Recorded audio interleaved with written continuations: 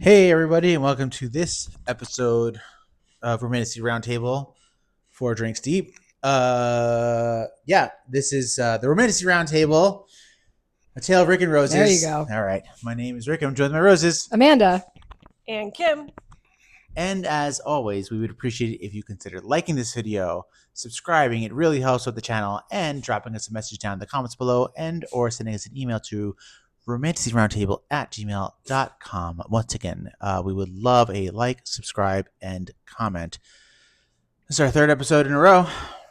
I've drank a lot, and we're doing good. Well, and if you haven't watched our bonus episodes, possibly because they haven't even come out yet. Yeah, we don't know the order we're posting these in. We're live. So here we are, and this is our midsummer, early summer, but midsummer, I guess. Live recording. So we were able to be together and to yap about Throne of Glass and pet some dogs and stare at a cat. And soccer. And we did a bonus episode about soccer. We did a bonus episode about Throne of Glass. I've had half a glass of wine, so it's funny. This is maybe the first time ever that I've had less alcohol than Rick in front of Rick, and it's really entertaining for me. I'm like a clown. Like, haha, funny. I think he hadn't stood up in a while, and so now Standing up was a lot. Right, so now he stood up and he was like, "Oh, I need to have some water." I was going for another drink. I said, you know what? Water. Pivot. Well, we're going to record this, and then we're going to eat dessert and bedazzle some books. Oh, there's food. All right, I like dessert. Remember? We had this ice cream. I believe you. And birthday cookies. Oh, thanks. I didn't make them. No. Thanks Neither did anyway. I.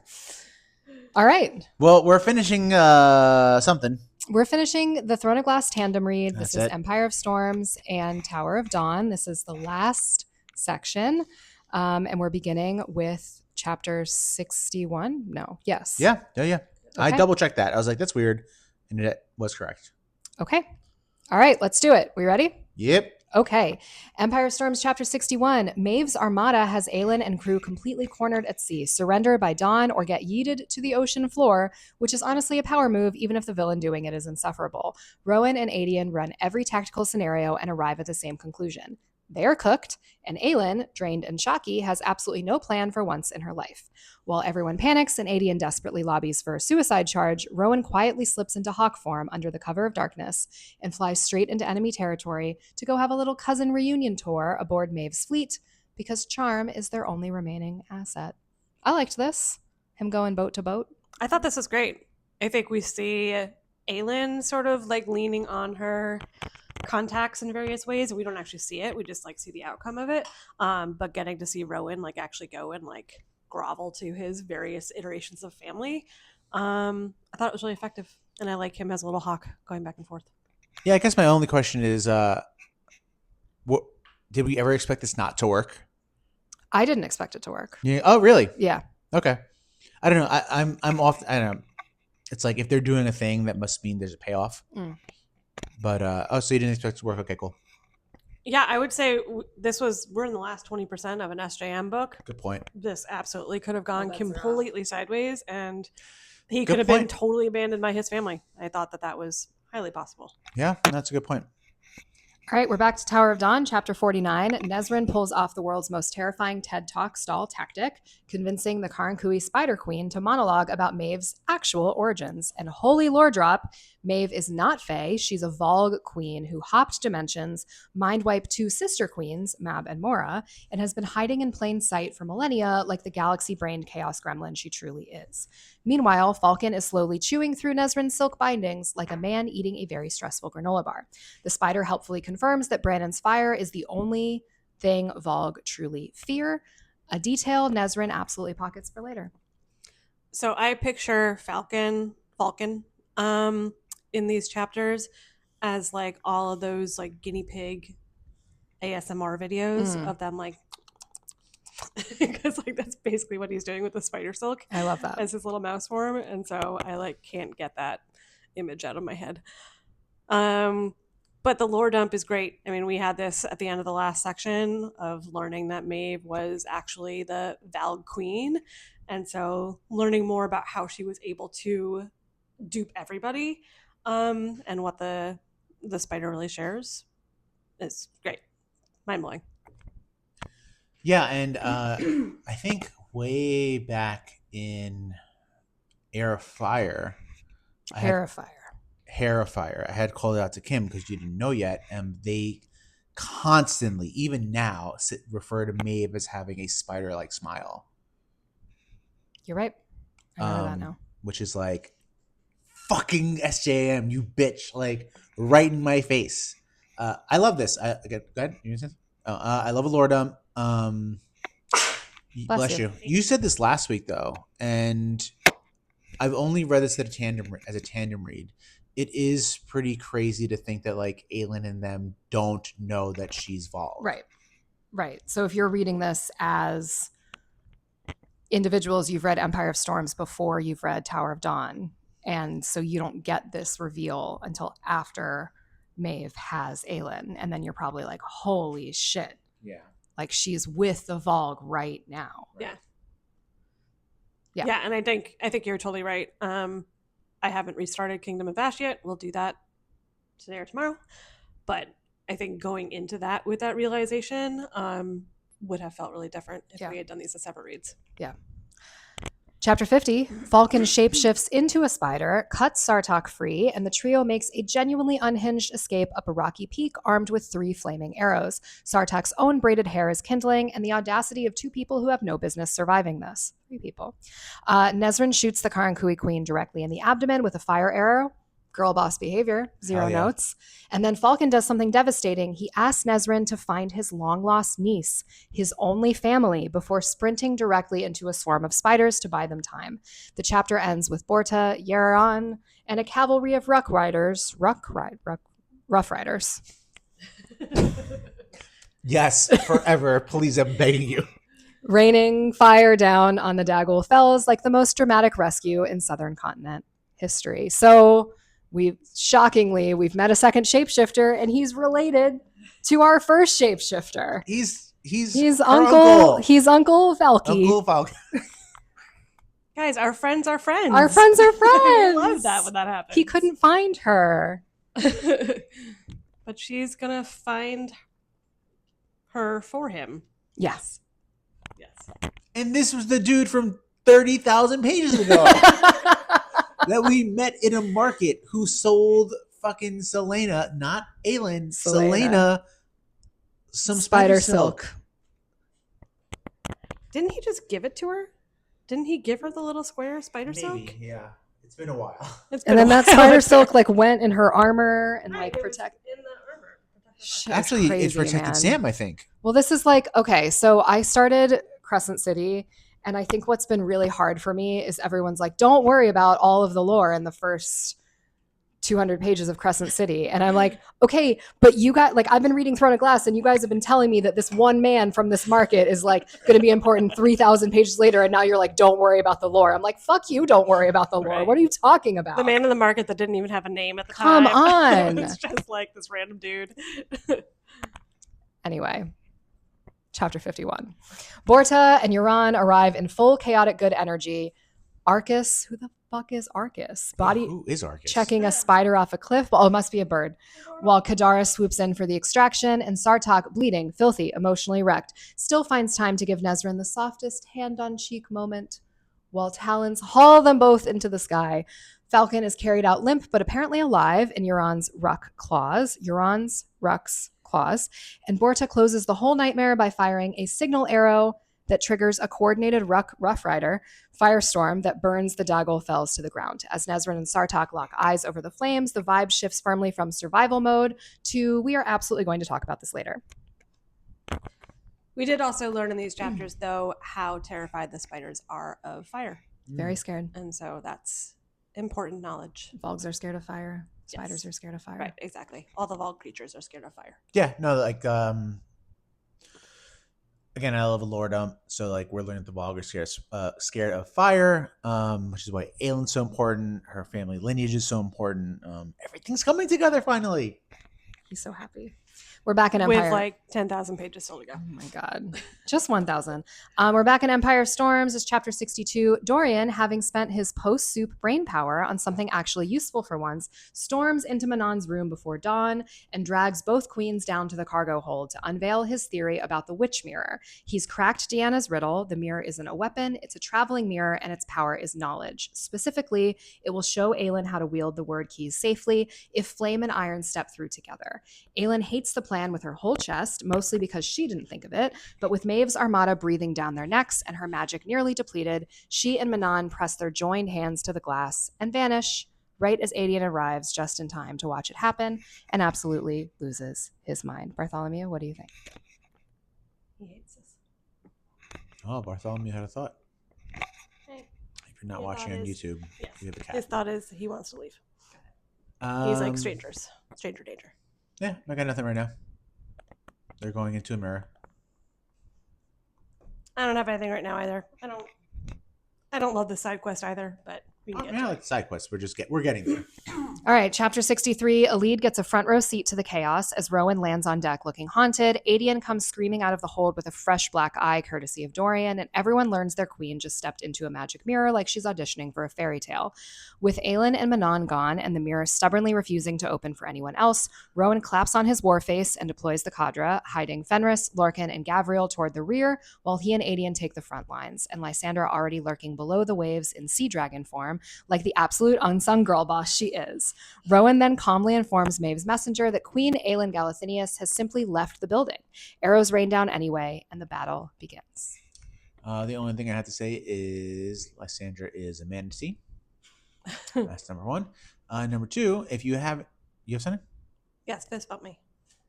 She's a manatee. And Manatee fist bump. if you haven't watched our bonus episode, no, is it Rowan? Rowan is Henry Cavill is Henry the Witcher. Cavill. Yeah, Rowan As the is Witcher. Henry Cavill as the Witcher. So there you go. I think this will come out before that episode. Okay, But we did a fan cast. Rowan is Henry Cavill as the Witcher. easily. So there you go. Now go watch it. And Manon is Also, Henry, get ready. yeah. Also Manon is Anya Taylor-Joy. When she's not Daenerys Targaryen. No, you're wrong. It's 2 against 1. Tower of Dawn, chapter 52. Chaol and Yrene ride back to Antica? at dawn after a night that clearly involves significantly more than strategic planning. And Chaol's back is giving him grief in a way that has nothing to do with horseback riding. Oh, They return to find their suite completely ransacked. Scrolls, books, and crucially, the Song of Beginning, all stolen. And Yrene immediately clocks their servant Kadja, as suspect number 1 because Yrene does not play around. Chaol spirals into guilt over Nezrin, makes the questionable decision to split from Yrene for appearances, and is fully a man digging himself deeper into his own mess, one noble-sounding excuse at a time. And that's Chaol in a nutshell. And that is Joe Alwyn playing the perfect character for him. Rick's doing some research. I actually highlighted that. What?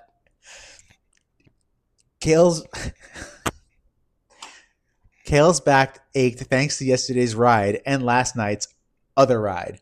Multiple rides.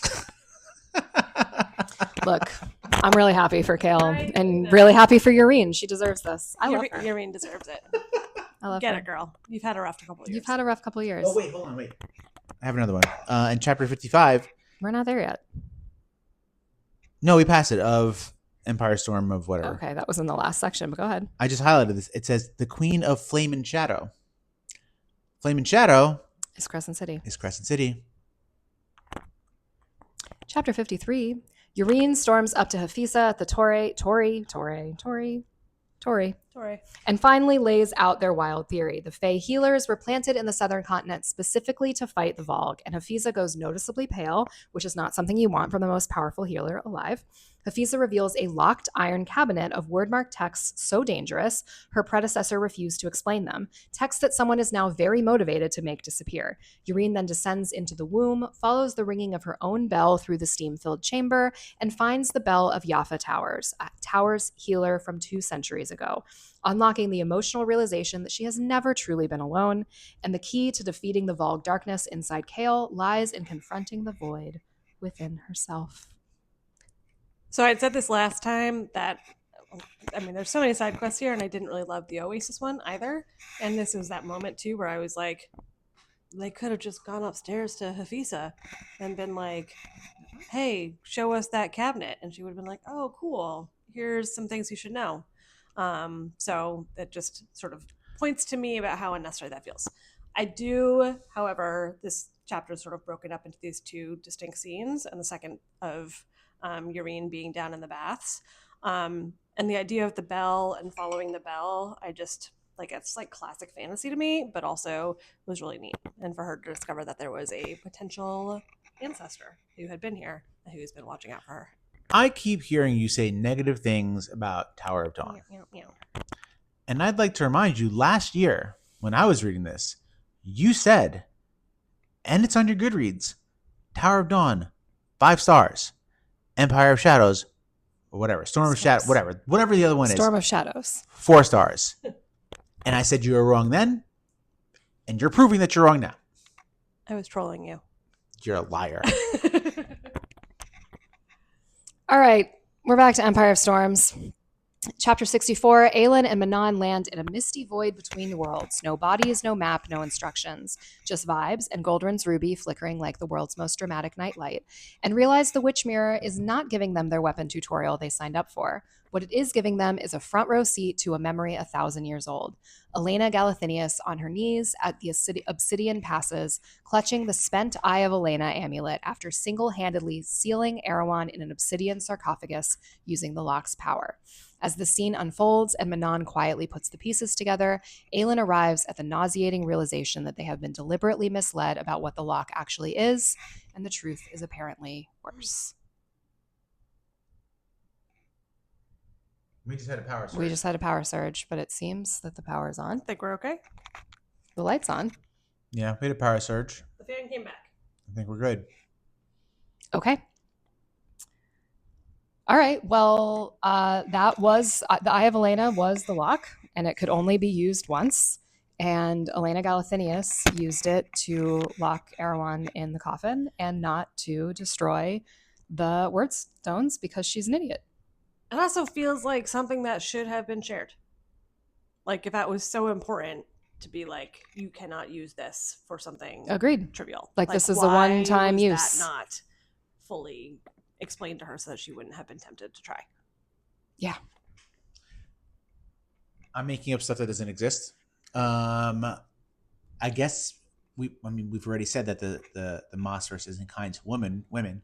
So like maybe like her dad was like, she's not going to do anything. She's just a girl. She won't touch it.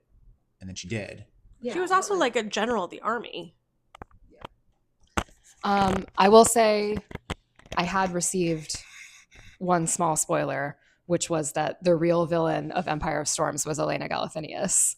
And I didn't know what why. That meant. Yeah. So this was the moment when I knew why. Yeah. I didn't think that was a real spoiler because I was like, well, I don't know why. And I had forgotten about it until this happened. That's the thing that keeps happening with spoilers for me. She fucked everything up. Yeah, what the fuck, Elena? She fucked everything up. She's what the fuck? Been like manipulating this whole thing from literally book 1 for her fuck up. And it's pretty crazy, actually. So this continues in chapter 65, so I'm going to read that too. Chapter 65, the memory delivers the full devastating lore dump. Elena used the lock, actually Mala Lightbringer's essence, poured into the Eye of Elena to trap Erewhon in stone, but she burned its one-time power on the wrong plan entirely, robbing the gods of their ticket home. The gods are furious, and the price for Elena's arrogance is brutal. Mala's bloodline must one day forge a new lock and wield it to send the gods home, along with Erewhon, at the cost of that heir's life, which we all know means Aelin. As if that weren't enough, the memory then jumps to Elena meeting a young Nehemia at the Temple of Sandrian in the Stone Marshes, sending her north to Rifthold to find and guide a disguised Aelin, confirming that Nehemia walked into her fate with her eyes open, which is going to devastate everyone who loved her. Yeah, that part was hard. Yeah. The Nehemia part. Yeah, like everything's tied together. Stuff that we read thousands of pages ago. Thousands and thousands of Sarah pages be ago. writing. She's smart though, the way she writes this. It's either that. It's either she's. There's two things. It's either the end result is I think she's very smart. It's either she's really smart in planning this out way in advance, or realizing her plot holes and tying them up perfectly. Either way, it was smart. Yeah. But Nehemia was in on this. She knew what was going to happen. And at this point, I was like, is Aelin going to die? Yeah, I mean, I feel like that's like the classic hero's journey is like, Harry has to die so that Voldemort can die because he's the final Horcrux. Like, I feel like you see it in a lot of these stories. So I wasn't like super surprised that the twist is that Aelin has to die, but I was surprised that like the Eye of Elena was the lock all along and that like it had its power spent, and that like the way it happened was not surprising to me, but like, okay, the heir has to die. Like, I get it. There is, I don't know if we've come up to it yet, but there is an alternative solution. Should we talk about it now or? I think it comes later. Okay. It does come later. Yeah. All right, we're back to Tower of Dawn. It's chapter 54. Chaol wakes up in absolute agony after taking a hot bath on injured muscles, like a man who was not, in fact, raised by a healer. And Yrene arrives, assesses the damage, and immediately declares that today is the day she finishes this fight with the Valg darkness once and for all. No negotiations, no delays. She slides the bit between his teeth, plants her hands on his bare spine, and dives into the void within him like a woman with a personal vendetta against demonic parasites, which, fair. The Valg darkness roars back, they grapple in the depths of Chaol's soul, and Yrene throws every last drop of her power into ending it, because she has a theory and she's about to test it on the only patient who qualifies. Should I keep going? Yeah. Chapter 55, Chaol blacks out and free falls into the hollow pit of his own trauma, where he's treated to a greatest hits reel of every person he's failed. His cold, disappointing father, the woman he broke his vows for, Aelin, the king he abandoned in a bloody throne room, Dorian, and the girl he's been stringing along, Nesrin. Basically a one-man accountability tour with no gift shop. In a stunning twist, Aelin and Rowan appear in the vision not as enemies, but as a mirror. And Chaol finally understands that changing and choosing someone new isn't betrayal, it's just being human, which he has been extremely bad at acknowledging. Dorian smiles at him from the dark like the world's most emotionally generous king. Yrene appears glowing like a newborn star, and Chaol takes her hand and chooses to come back because it's not the end. Oh, it's funny that you ended on that. There's a lot of quotable parts in this whole series. Okay. One of my favorite ones is one I highlighted is it actually goes back to the last, not technically not the last book. It goes back to Heir of Fire, where I think it's Chaol or Aelin, one of them. They're having a conversation together, and one of them says, "What happens if we get there and it's still bad?" Actually, it's Chaol. So what happens if we get there and it's still bad and we haven't won? And then Aelin says, "Then it's not the end." It's not the end. I'm like, oh, yes, I wrote that down. That's good. And you're reading it off your Kindle now? Yeah, I had that note. His Kindle's closed right now, but it still looks like he's reading off of it.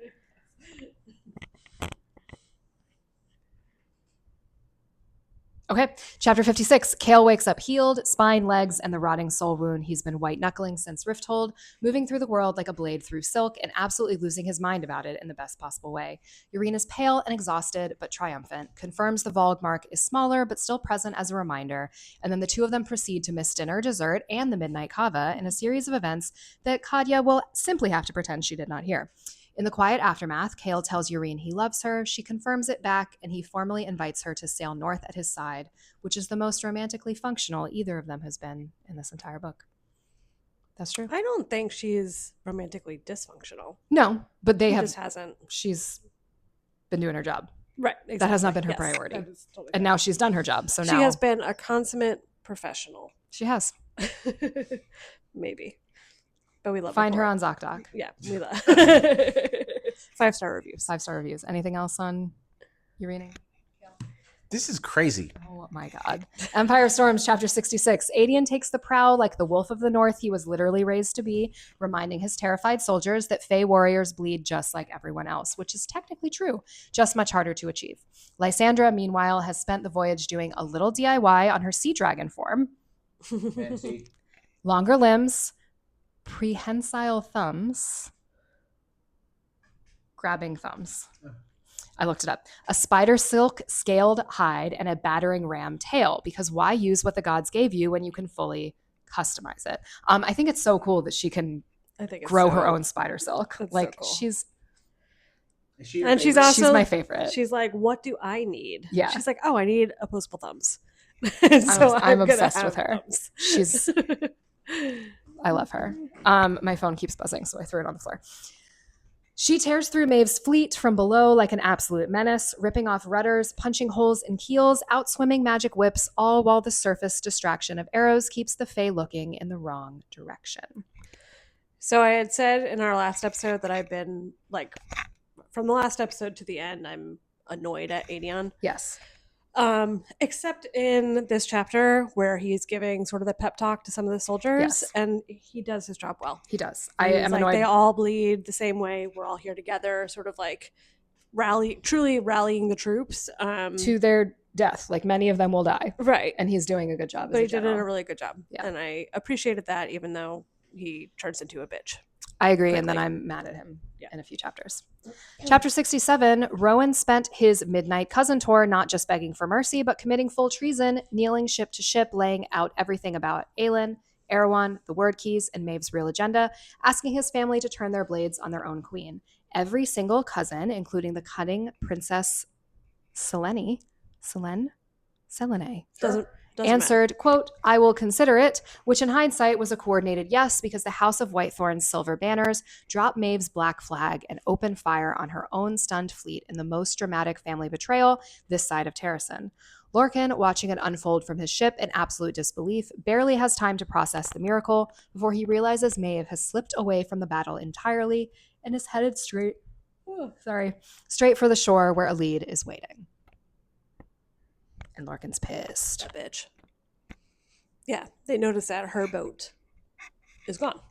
Also, like, if she has such a distinctive boat, how'd you lose that earlier? What are you doing? Right. It's like, how is that not the one boat that you were like keeping track of? It's like, oh, where is Maeve? But apparently not. It's a long ass section. Okay, where am I? All right, we're back to Tower of Dawn. It's chapter 57. Back at the Yrene Eyrie, Falcon is barely alive in his spider body. Borta is covered in black blood and absolutely delighted about it. And Sartok uses his last reserves of dignity to hug his ruck before collapsing directly into Nezrin's arms like a man who has earned it. 2 days later, the Council of Clans convenes, and Nezrin stands before every hearth mother and captain in the hall to deliver the full history of Erewhon and Maeve. A girl boss moment, so clean it deserves its own monument. In the aftermath, Nezrin tells a weeping Falcon she suspects Lysandra is his long-lost niece. The clans vote to ride north, and then a letter from Chaol arrives begging for an immediate return, and Nezrin doesn't even wait for the council's announcement before asking how fast they can get airborne. I was gonna say there's a lot of shit that's gonna happen. Yeah. So like, all right, we're gonna keep moving quickly. We're gonna keep because moving. There's a lot of big things that we welcome will to the last about. 20% of an SJM book. Exactly right. It's just like, so oh my god, whoa. This is the stretch where Empire of Storms is ending. Just like stop me when you want to say something. Okay. Chapter 68. The Witch's Mirror memory reels deliver. The Witch Mirror's memory reel delivers its most devastating hit yet. Nehemia walked into Rifthold knowing she would die, having agreed with Elena to arrange her own murder, specifically to break Aelin out of her Selena identity and force her toward the throne. And Aelin is shaking in her half-invisible body at the confirmation. The memories keep coming in brutal succession, Elena and Brandon screaming at each other in the palace at Orinth, Rhiannon Crokin revealing she is the literal face Manon wears, and Brandon forging the amulet of Orinth with a hidden word key inside, and nameless is my price carved on the back before walking into Mala's molten river and never coming out. Elena then appears in person to confirm what Aelin already knew. She is the price. Every drop of her fire, her blood, her life, to forge a new lock, seal the word gate, and send the gods and Erewhon home forever, after which Aelin and Manon are promptly spat out of the mists onto a beach where Maeve is waiting with a blade at Elid's throat. Yeah, I had said I don't really love the side quest because it is just sort of like a device for the whole lore dump here. But we do finally get the whole lore dump. And so now we understand the backstory, we understand what's ahead for Aelin, and so I appreciate that. And then fucking Maeve. I like to go back in time. I just remembered a thing. That's how my brain works. To something that you wouldn't have known. I didn't even know it until like last week or 2 weeks ago. So I read it or Instagram. But in Assassin's Blade, Dorian and Chaol were in it. Yeah. Yeah. So there's a scene, I believe it's in the fourth one, the fourth story, where Arobin like tricks. What is going on? He's dreaming. Oh. Cedric is dreaming. Where Arobin tricks Selena into like killing the guy because he's helping. Remember that one? Yep. There's a ball scene. I yeah. hate a ball scene. You hate a So it says, two men wearing masks stood atop steps surveying the crowd. It took all of 2 heartbeats for her to see that the dark-haired youth was their ringleader, and the fine clothes and masks they wore marked them as nobility. The masked strangers swaggered down the steps, one of them keeping close to the dark-haired youth, Chaol. That one had a sword, she noticed, and from his tense shoulders, she could tell he wasn't entirely pleased to be here.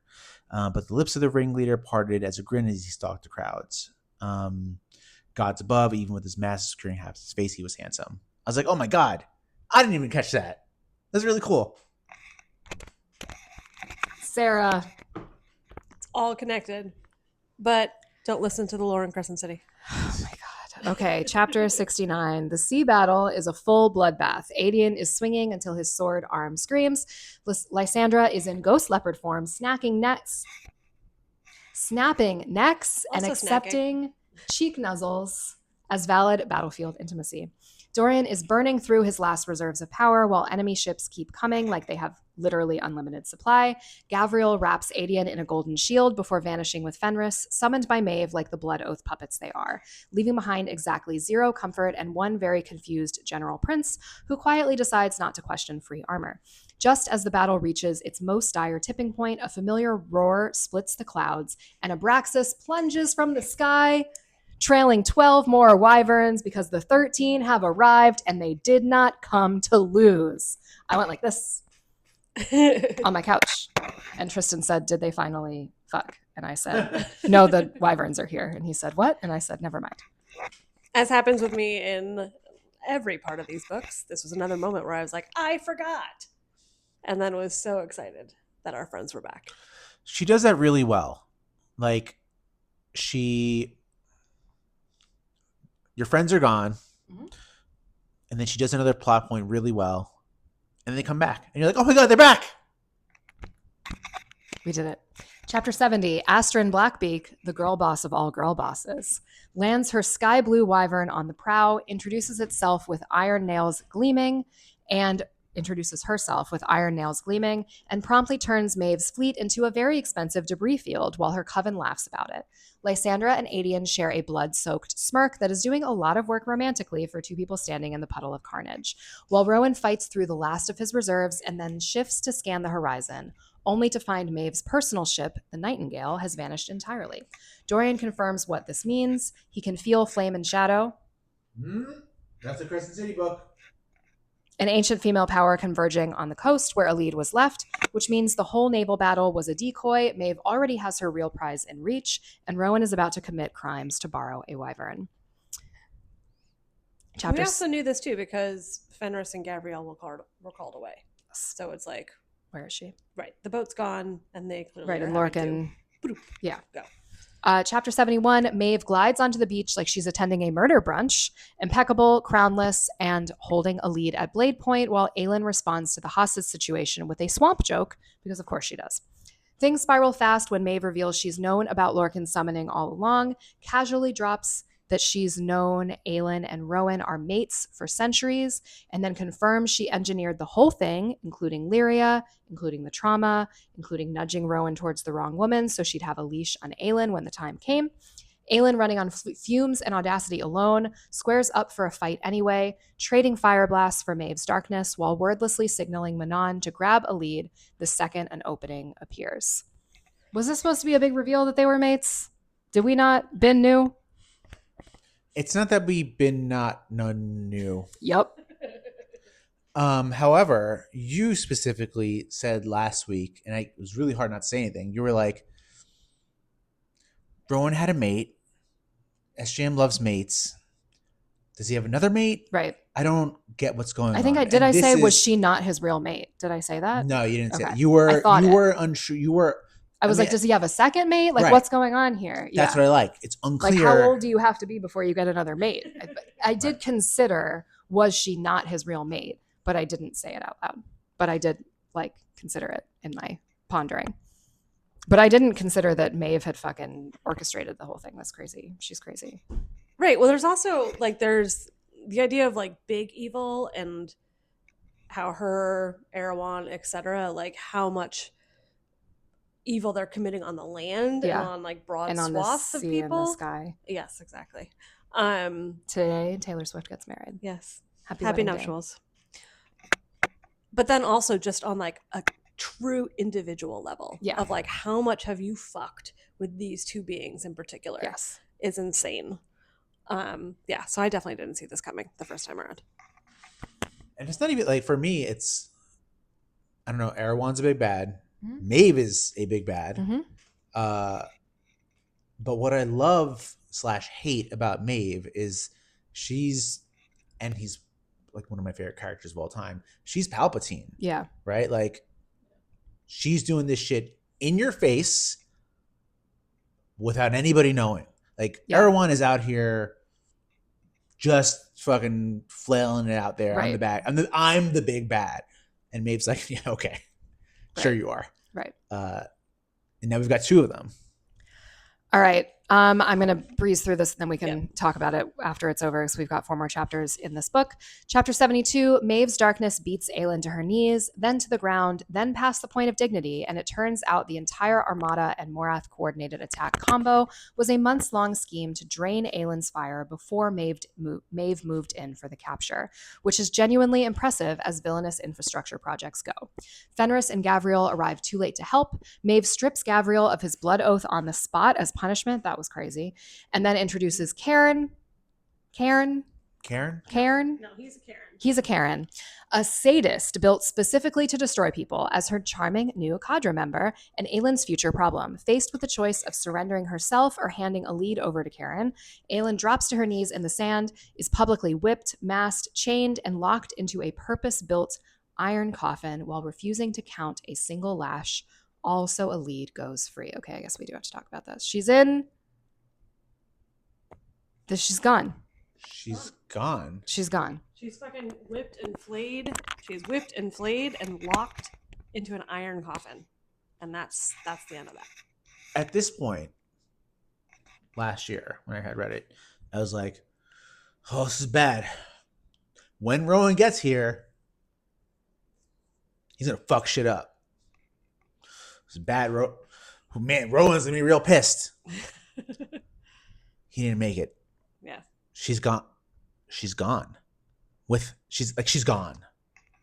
Yeah, I mean, she's obviously not gone forever. Like, obviously they're gonna, like, this isn't the end of Aelin. Like, they have to figure out something in the next book. But I don't know what that something is. This is crazy. It's crazy. There are 2 points in the SJM verse. This and at some point in Crescent City where I'm like, they can't get out of this. How are they going to get out of this? Yeah. And they might or they might not. Yeah. This is one of them. There's one more. Never happened in Akatar. But at this point, I was like, they can't get out of this. It is impossible. Yeah. Keep going. Chapter 73, Manon walks away from the beach without looking back, and the reasons she could stand there and do nothing is that Aelin had already slipped both word keys into her pocket during the nudge. The whole stay neutral performance was the plan, the last move on the board, and it worked. From behind a dune, Manon and a devastated Aelin watch Maeve's soldiers chain Aelin, wrists, ankles, neck, lay her on her shredded back, and seal the lid of the iron coffin shut. Aelin vomits in the grass at the sight. Lorcan gets his blood oath severed too, unceremoniously and with maximum contempt, because Maeve dismisses him the way you dismiss an Uber driver. I'm much nicer to my Uber drivers than that. Be nicer to your Uber drivers than that. And Manon, holding both word keys and a lead, looks north and announces she's going to find the Crokins and raise a witch army, because apparently this is just who she is now. Chapter 74, Rowan arrives on the beach to blood, scattered blades, Aelin's shirt, and has a dagger at Lorcan's throat before anyone says 2 words. Then Alid reveals that Aelin and Rowan got secretly married 2 days ago, which breaks Lorcan open in a way centuries of war never managed. Manon delivers the one mercy of the chapter while confirming Maeve sailed off without realizing she doesn't have the word keys, then hands Dorian the Amulet of Orinth and the second key while everyone processes the full scope of what Aelin arranged. Lysandra wearing her face to hold Terrasen together, Rowan as legal king consort, and Aedion secretly fathering heirs with the shifter, a plan Aedion responds to by telling Lysandra to go to hell with impressive specificity. I was so pissed. So mad at him. Do not talk to Lysandra like that. Oh, he's such a little bitch here. It doesn't stop. I hate him for a while. Great. I hate him for a while. And it's funny, I'm going back in time. I'm thinking about you reading Assassin's Blade, Dark Glass, and we're like, Selena Sardothian. But in my heart, I wanted to say Aelin, Ashryver, Whitethorn, Galathynius. I love that for her. He takes her name, right? He's Rowan Galathynius now. Yeah. That's how it Yeah, works. because he's going to be the consort. Yeah. Okay. Just when grief reaches critical mass, Galen Ashryver. It's not June anymore. What? It's not June. It's not Galen. What's Galan? Wait, isn't that Galan? What? Galen? I don't even know what I call him. What are you talking He was trying about? to reference Pride Month. Yeah. No, I know you were, but what's his name? It's Galan, right? Yeah. Galen. It's Galen. Galen's a name. Galan is not a name. We love when a name is actually a name. We love when a we're name gonna- is a we're name. gonna hold to that. His name is Galen every month. His name is Galen every month. It's July. We celebrate. Happy Pride, Galen. Galen Ashryver washes up on the beach, followed shortly by the silent assassins of the Red Desert, followed by the entire fleet of Wendlin, cresting the horizon because Aelin spent months calling in every debt anyone owed her and told absolutely no one. I like that we're still finding out things about Aelin, even though she's gone. And I also like that everyone shows up and they're like, "We're here. What did we miss?" You know, it's like, "Oh, if you were just here 30 Honey, minutes earlier, what are you Like, doing? you were so close." So But close. I was going to say something. I forgot what it was. We're all here. We're all being friends. And I forgot. Great. Chapter 75 is the last chapter of Empire of Storms. Rowan has been kneeling on the beach for half an hour, processing the fact that he knew, part of him always knew Aelin was his mate, and chose not to look at it while she spent months knowing and protecting him from the grief of it, which is the most Aelin thing she has ever done. The group fractures along carefully planned lines. Lysandra takes Aelin's face and walks straight up to Galen and Elias to lead their armies north towards Terrasen. Dorian climbs onto Abraxos behind Manon to go hunt the Crokins and find the third word key, and Aedion, gutted, barely holding together, clasps Rowan's forearm and tells him to bring her home. Rowan picks up Aelin's blood-spattered shirt, breathes in her scent, feels the mating blonde flicker back at him like an ember refusing to go out, releases the shirt to the wind, shifts into hawk form, and begins the hunt. And if that's not the most devastating final image in Romantasy history, the judges would like to see your argument. fair. Couple of thoughts. I still struggle so much with Aedion's response here because his defining characteristics are loyalty, home, protection, blah blah blah.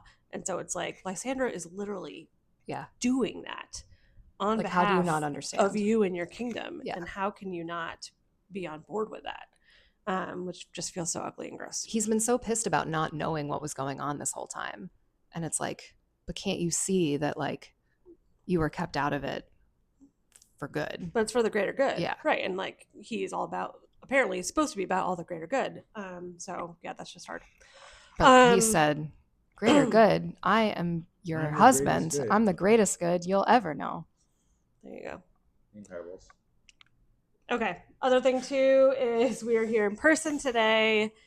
We didn't get any of this on the pod or on camera, but we did enjoy a round of cocktails. We did. That I affectionately named Abraxos in Bloom. Abraxos and Bloom. They were really And- cute. Thank you. But in honor of our favorite little guy in these books, Abraxos, We stand. who loves his wildflowers. They were delicious.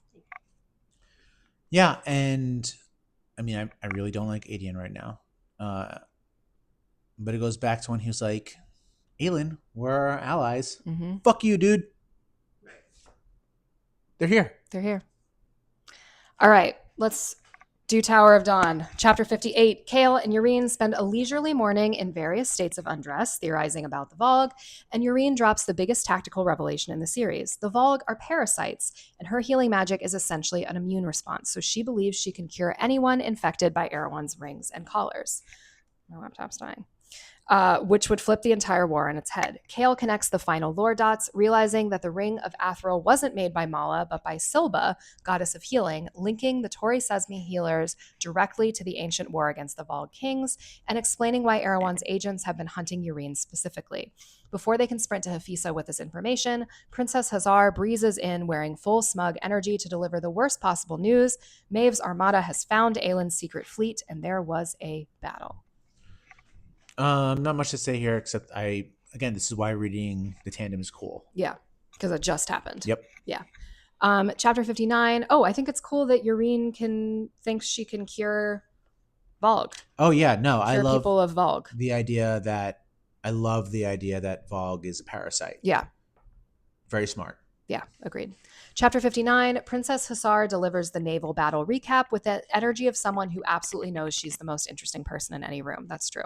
Maeve's armada got trounced. Rowan and Dorian held the front lines. Manon Blackbeak apparently showed up with wyverns like the chaotic neutral icon she is. She is pretty chaotic neutral. And a girl boss. And Aelin and Maeve slipped off to fight privately on shore like two people who prefer not to involve witnesses. The true unhinged news comes after. Aelin called in debts from the silent assassins of the Red Desert and Wendlin, whose entire armada sailed under Crown Prince Galen, because apparently she's been building a coalition while everyone else was having feelings.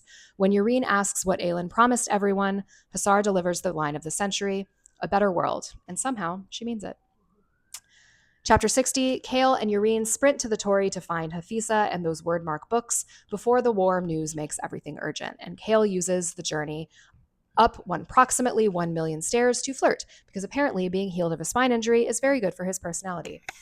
Sarah. The fucking stairs? Again? With the stairs? Again with the stairs. Love stairs. Sarah, the fucking stairs. Hafisa is nowhere. Not in her workroom, not at dinner, not anywhere. And the only person who claims to have seen her is Arisha, who insists she went into her workroom and never came out, which is the kind of detail that makes everyone's blood pressure spike. Yrene finds Hafisa's iron key wedged under her own door like a deliberate warning. Chaol has his sword out before she can finish processing it, and the two of them follow a tip from Nusha about sealed tunnels beneath the Torre library, because of course there are tunnels. Chapter 61. Yrene counts every step into the Torre's library's deepest levels, while Chaol leads with his sword and zero hesitation, because this is simply their life now, and they descend past leather books into scrolls and stone tablets. Past leather books, into scrolls, into stone tablets, into raw, uncut tunnel, like a horror movie with better romantic subtext. They find 4 doors at the bottom, 3 sealed, 1 ominously open with a candle left burning, like a very rude invitation, and Chaol immediately clocks it as a trap, correctly, but they go in anyway because Hafisa is down there. The tunnel winds towards a second light that turns out to be an enormous underground necropolis stuffed floor to ceiling with ancient fey gold, sarcophagi, and armor. And seated on a golden throne at the back, gagged and bound, is Hafisa with Princess Duva. What? That's pregnant. Preggers? Standing beside her, knife on her pregnant belly, eyes fully, completely Valg. I did not predict it was Preggers. Preggers is the bad guy. Preggers is the bad guy. Good on you, SJM. Honestly, like I did not see that coming. I was thinking of this. I was like, if you want to make a twist, make it the pregnant person. No one will suspect the pregnant person. No one will suspect the pregnant person. Chapter 62, Duva, or rather the Valg demon inside of Duva, helpfully explains everything in the time-honored villain tradition. She ransacked the rooms, pushed Tumlin off the balcony to keep her quiet, murdered that healer by accident because she was hungry, and has been Erewhon's spy this whole time, specifically tasked with finding and capturing Yrene, because Erewhon finally remembers that healers with Silba's gifts could functionally wipe out his entire Valg infection strategy. You caught me monologuing. That's 2 Incredibles reference in one episode. Incredible. The truly gutting reveal is that Yrene isn't just a talented healer, she is Silva's heir, the reason those renegade Fae healers planted the Torre Sesame here centuries ago, a living weapon against Erewhon so dangerous he built an entire spy operation around neutralizing her. Duva produces a wordstone ring for Morath and offers Yrene a clean choice. Put it on or watch Hafisa die. Right up until Hafisa solves the problem herself by throwing her entire body, chair and all, down the dais stairs directly onto the princess. Thank you so much. We're swapping laptops, aren't we? Chapter 63, Duva goes down from Hafisa's heroic dive, then gets back up because she's Valg and inconveniently durable, and proceeds to blast Chaol's newly healed spine into pieces again, which is genuinely one of the cruelest things this series has ever done. That's true. I mean, I don't know. I was like, this can't stick, right? She spent the whole book healing his spine. That's what I was thinking too. I was like, man, we spent 600 pages fixing this, and that's just broken again. But I like the way they do this, because if they had just broken it and fixed it and broken it and fixed it, I would have been annoyed. So I feel like it lands in a good spot. Yrene sprints through the necropolis, grabbing ancient swords and trying to buy time with zero plan and maximum desperation. Yrene gets Duva down a second time with a sharp elbow to her face, straddles her with a dagger poised at her throat, and then doesn't do it because there's a baby, and Yrene is who she is. And Chaol breathes her name in a way that makes the decision for her. Then Nezrin and Sartok arrive. Hafisa puts Duva to sleep with a breath, and every single healer in the Torre forms a living chain of power through Yrene to pull Chaol back from death. A debt paid, a scar erased, and Chaol opens his eyes with clean, unmarked skin where that old scar used to be. This is like we're bringing Feyre or Rhysand back with a drop of power from all of the lords of the high courts. That's what I felt like with the healers all lining up. Wouldn't it be the other way around, though? Because this happened first?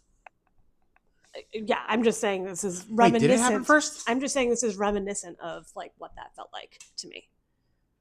Actual question. Did that happen? I don't know when. We don't know. No, we do know. Like, what book came out first? Oh, like which one did she write first? Oh, Throne of Glass. Well, no, No, actually, I don't know because no. they were coming out simultaneously, so I'm not So sure. that actually might have happened first. Like, that could That's fair. It totally would. But it's, I mean, we just said that, SJM sometimes likes to repeat some tropes that she really enjoys. And this felt a little reminiscent of that to me. No, that's a good call. But there's some price to pay. There's a price to pay, as there always is. You know what's crazy? This right here, that's 19 hours for me. So I'm holding my hand right here. It's 19 hours. Okay. Chapter 64. Chaol wakes up in the tunnels beneath the Torre Sesame feeling like a new man, specifically a man whose lungs actually work and whose body aches from newness rather than demon-induced destruction, which is a wild upgrade. Hafisa drops the bombshell that Yrene made a fool's bargain to save him. Their life bond now means they literally share one thread of existence. When one dies, the other follows. Romantic. Terrifying. Both. The real kicker is that Chaol's spinal damage is permanent, meaning his ability to walk will forever fluctuate with Yrene's magic levels. But he handles this with more grace than literally anyone in the series has ever handled anything, demanding the chair was never a prison and meaning every word. I loved this. What growth for Chaol. Growth for Chaol. Look. He has felt like he has been long suffering. And so for him to be like, I am released of all that. I'm released of all that. Right. I'm with this woman who loves me. Yeah. I like the life thread thing. I like that his legs are going to ebb and flow with her power. That's so cool. One dies, the other dies. Fine. I loved it. And I actually don't remember if this happens in Kingdom of Ash. Right now, I'm actually leaning no. But remember when you were like, oh, they found this magical brace. They'll just use this. They didn't. They didn't. Yeah. It's true. That's true. I'm happy. I really liked this. She didn't cheap out. Yeah. Yeah. And that felt like, I don't know. I guess I don't read a lot of fantasy, but that felt creative to me. Mm-hmm. The like, your pain and like your ability like ebbs and flows with her magic. Like, I think his spinal cord injury is like so rooted in actual spinal cord injuries. Like the way it functions is like listening to my sister talk about it is like, it's like an actual spinal cord injury. So it's cool to like tie that to magic. I don't know. Yeah.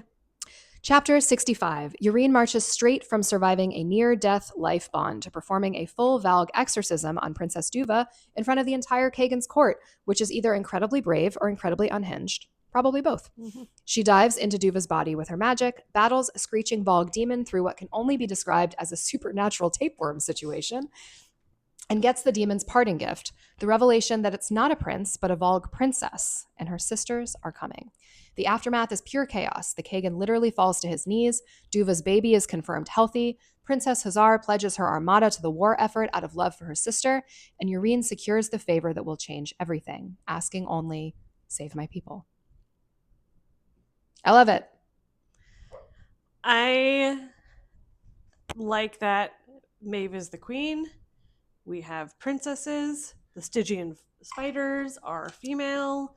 And so, like, you know, not that SJM is suddenly being good to women, but at least But the women are everywhere. And they're powerful. You know, whether it's in a good or a bad way, at least they are coming to play. And I appreciate that. That was my question, because I wasn't blown away. Maybe it's because I'm like, oh yeah, women are powerful too. But like when they were like, I'm not a Valg prince, I'm a princess, everyone was like, oh my god. I'm like, all right, okay. Like, it wasn't mind blowing to me. Because was it mind blowing? Am I missing something? No, it wasn't mind blowing to me, but I was like, oh, yeah, why were we assuming they were men? Right. Like, duh. Why were we assuming all the bad guys were men? Like, women can be demons too. That's sort of how I felt. Like, I was like, okay, so these are these are princes, but in my mind, I'm subconscious, there are also probably princesses. Mm-hmm. So I don't know. I think it plays into the fact that the assumption had been that Erewhon was king of the Valg. Mm-hmm. And now that we've learned that Maeve is actually queen of the Valg. Right. And so it's like, oh, no, the landscape looks different. And how she has created creatures in her image look different than we had expected. All right, we got 4 more chapters. Chapter 66, Nesryn is exhausted, quietly excuses herself from whatever is obviously about to happen in Chaol and Yrene's suite, and promptly receives a letter from her uncle that sends her sprinting up Kadara's minaret and flying into the Rooney Quarter, where her entire family has made it safely to Antica. And she absolutely crumbles into a sobbing, laughing mess in the middle of the street. Sartak tracks her down 2 hours later. A ruck parked on a fancy street is not exactly subtle. Introduces himself to her father with a handshake and zero royal posturing, and then drops the most devastating romantic declaration in the alley behind her uncle's house. He told the Khagan he didn't want the heir title if it meant losing Nesryn, and the Khagan named him heir anyway. I called that. Nesryn's sister Delara... Too good. Yeah. Nesryn's sister Delara, witnessing all of this, backs slowly into the house, bowing while silently screaming, I told you so, and honestly, same. Chapter 67, Yrene stands on the deck of their departing ship at dawn, memorizing Antica and the Torre says me for what might be the last time, because she is the only person in the series who processes grief with quiet dignity instead of property destruction. That's true. Cashin finds her at the docks for a bittersweet goodbye, still carrying a torch, still gracious enough not to make it weird, and drops that his solda now blows north, strongly implying he's about to go find trouble on his own terms, while Sartak handles the burden of being heir. The ship pulls away. Yrene watches the Torre until it's just a glint of white on the horizon. And if you're not feeling things right now, please check your pulse. Pulse checked. Chapter 68, 2 weeks at sea, and Chaol has achieved the impossible, a functioning marriage, a functioning body, cane and chair included, zero shame, and the emotional maturity to hold both without flinching. Impossible in a romantasy, I suppose. Yrene opens her locket and removes the battered scrap of note she's carried for years, for wherever you need to go, and then some, and Chaol recognizes Aelin's handwriting, instantly dissolving into tears while his wife watches in baffled concern, because he knows. A teenage assassin with bruises and stolen gold inadvertently set this entire army in motion with one moment of kindness towards a barmaid. Behind their ship, 1,000 Rukhin birds. Rough Riders, led by Sartak, Sadak, and Nesryn, 1,000 ships from Hasar's armada, Cashin's foot soldiers, Dargan cavalry, and 300 Torre healers, all because Yrene asked the Khagan for one favor, and he said anything. Then we get the epilogue, which is called Fireheart. Somewhere in Somewhere in an iron sarcophagus built by an ancient queen, Aelin Galathynius has been drugged unconscious, chained behind a death mask, and entombed in darkness while she drifts through fire and song and the blissful void of forced sleep, which rude. She snaps awake to blinding light and a face that belongs to someone deeply, classically evil.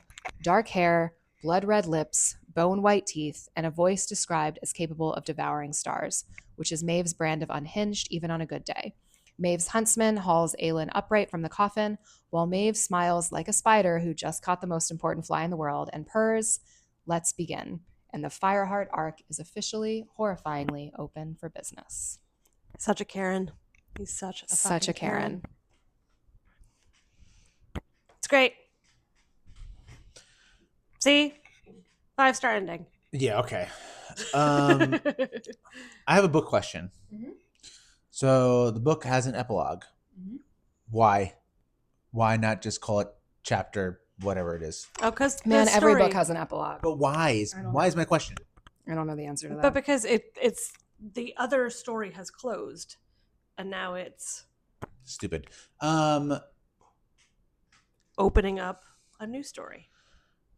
Why I love this series so much is because everything matters. 5,000 pages ago, in probably one of our favorite chapters in Assassin's Blade, but really didn't do much in terms of a plot, was the Yrene story. But it's probably the most important chapter in that whole book. Mm-hmm. That's why I love this series so much. Every single thing matters. Yeah, I agree. Yeah, I just looked back to look at my star ratings. Yeah, I really liked the way this ended. I felt like the epilogue to Tower of Dawn was the epilogue to the Tandem read. Yes. And so that's why it made that sense makes to me. Like an epilogue in book 6 is weird. Or book 7 is weird.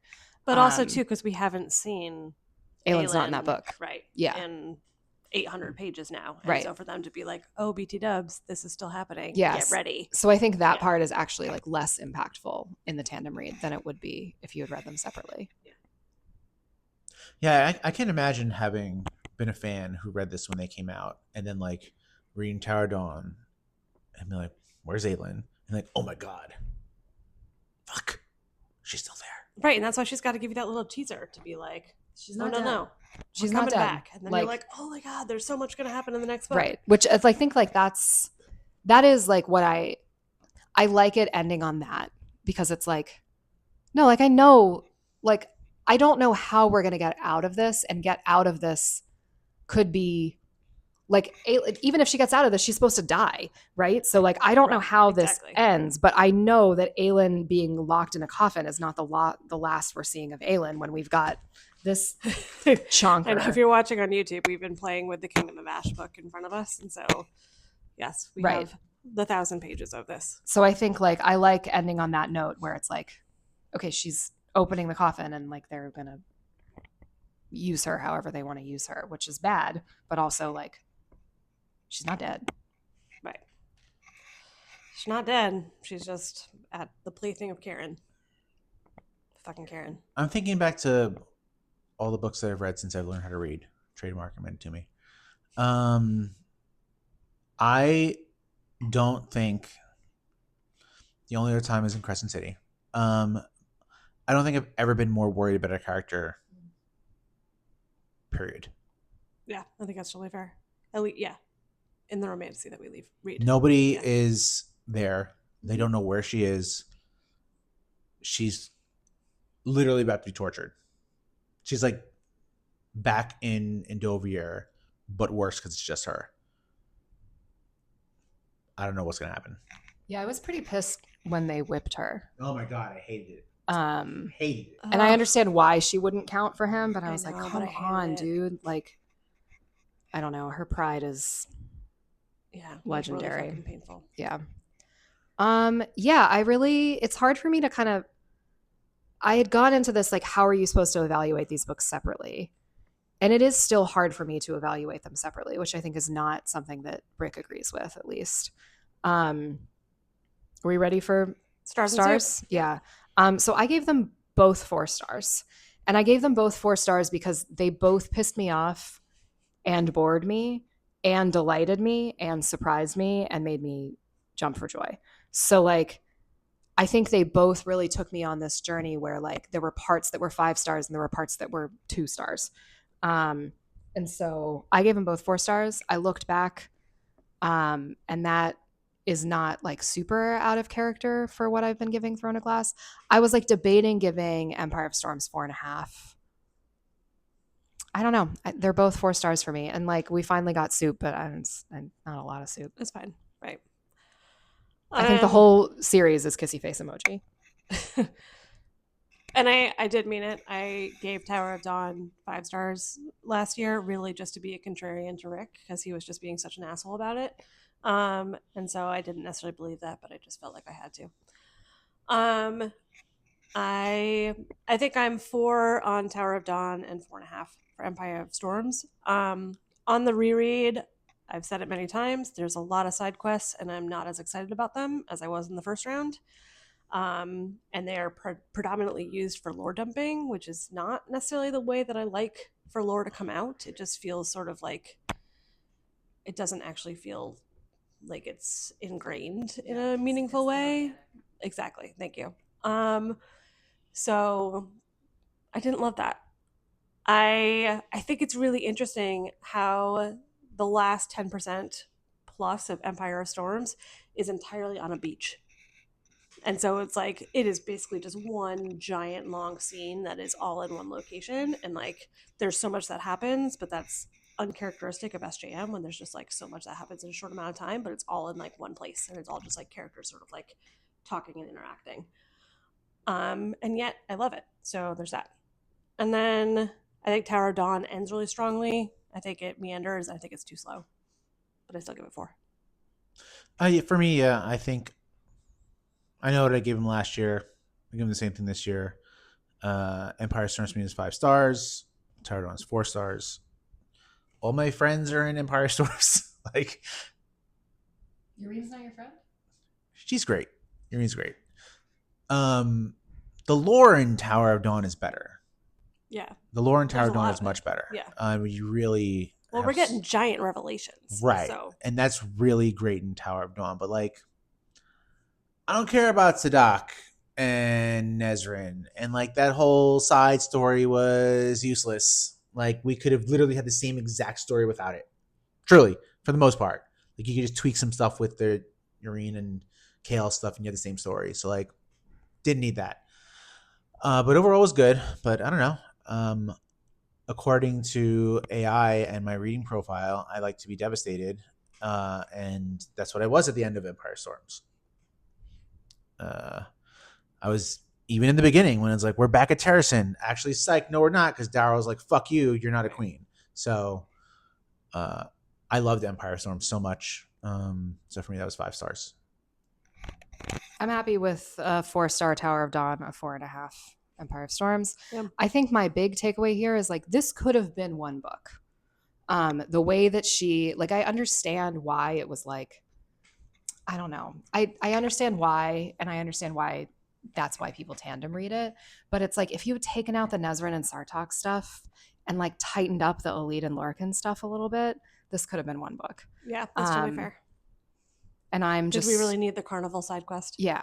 Like, I'm just annoyed at how many pages Sarah's making me read this year. So she could have saved me some pages. That's all.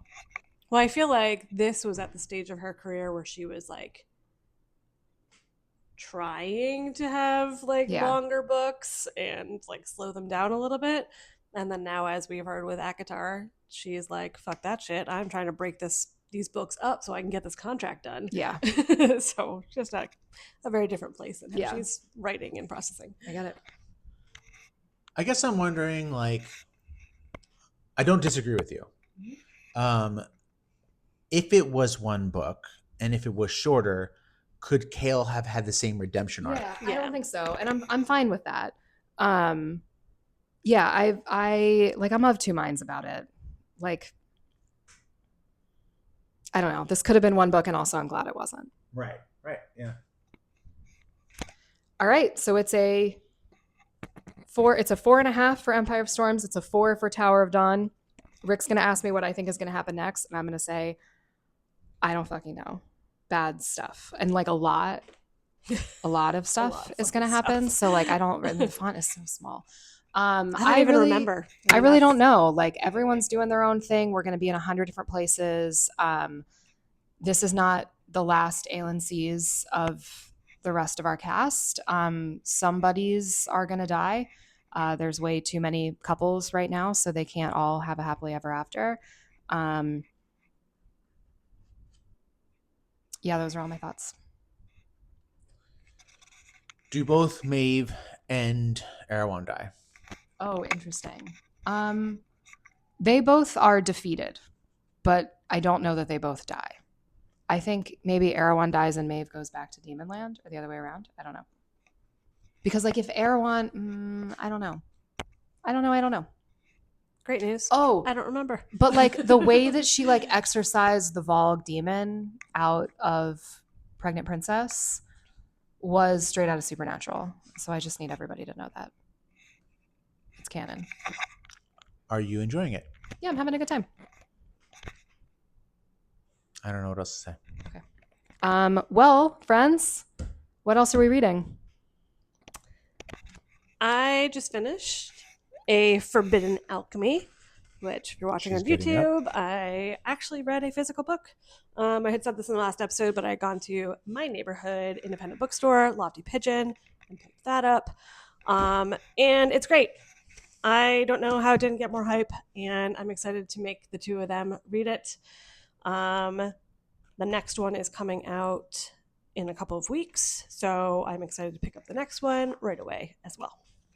Man, when you stack another book next to Kingdom of Ash, It's rude. it's like Kingdom of Ash is over double the size of this book. I finished reading, I said it last week, This Kingdom Cannot Kill Me. It was awesome. It was really good. I give that 5 stars. It's a low 5 star. It's a low 5 star. I looked at what my 4 stars were, and I looked at what my 5 stars were. It was definitely better than my 4 stars, but not. I'm really trying not to give 4.5 stars because fucking Goodreads won't let you. It's really annoying. So I'm trying to commit to one. So it's a low 5 star. It got to a point where I was like, "What's your quote? I want to know less about people." Oh, I'm once again asking to remember fewer things about fewer characters. Yeah, that's how I felt about it. But overall, it still was fantastic. And then I started the Kingdom of Ash, and I thought I made it a good chunk through. I made it through the first, what I am calling checkpoints, is I broke the 20-hour mark left on my Kindle, and I'm still only like here. What percentage are you into the book? Oh, that's a great question. Because it should be 25% should be our first. So I'm starting chapter 17, and I'm on 17%. So, and I thought I did a good amount of reading, but apparently I didn't. Oh, and I've been like pre-sad already for stuff that hasn't happened yet. His anticipatory grief. Okay, I finished 7 Days in June. I gave it 4.5 stars. I liked it a lot. It would have been a 5-star read for me had it was like mostly from one person's perspective, but then like randomly it would like, so like, you know how in Throne of Glass, how you like have this section of the chapter is Rowan and this section of the chapter is Aelin, and like you're getting it from that person's perspective. It was like that, but then like randomly in the middle of the Aelin chapter, you'd get like 2 lines from Rowan's perspective. Oh. And it was just like an almost omniscient narrator, and I like didn't really care for that. But otherwise I really liked it. So that was 4.5 for me. And then I finished listening to Only When It's Us, which is by Chloe Leese. She paused, sighed, and we're waiting. When I was like 30% of the way into this book, I was like, Chloe, I underestimated you last year. I'm having such a great time. I love this book. It's got to stick the landing, but this could really be maybe not a 5-star, but like a 4.5-star fluffy rom-com. I'm having a good time. I gave it 3 stars. So I found Willa, who's the girl, kind of annoying, and Ryder, who's the male main character, is deaf. He loses his hearing like as a late teenager, like early adult. And so for like the first 2/3 of the book, they're texting, like they're connecting because he knows a little sign. She knows a little sign. He knows a little sign. And then, spoilers, he gets his hearing aids adjusted and he gets over his fear and learns to speak. And then it's like, yeah, there are still some moments where it's like when they're having sex in the shower and he has to take his hearing aids off, like he's like really taken aback by the fact that she like puts her head like towards his right ear because that's like a stronger, you know? And so like it's not like we forget that he's deaf, but I'm like, honestly, you could have gained a whole star if they had signed up for an ASL class together.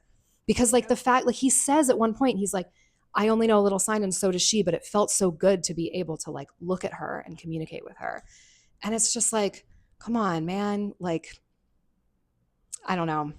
And there were like other things that annoyed me about it too. The soccer was good. There you go, Jamie. I liked the ending, but yeah, I just honestly could have been a 4-star book if in the epilogue they signed up for a sign language class. That would have done it for me. But so close. I probably won't read more Chloe Lee's books because this is the second book of hers that I've had these kind of issues with. So womp womp. And that's that. All right. Did it. Our homework is to start Kingdom of Ash. You're going to read from the start through chapter 34 and stop when you see 35, which should be about 25% of the book. Almost 300 pages. Almost 300 pages. Bye. Bye.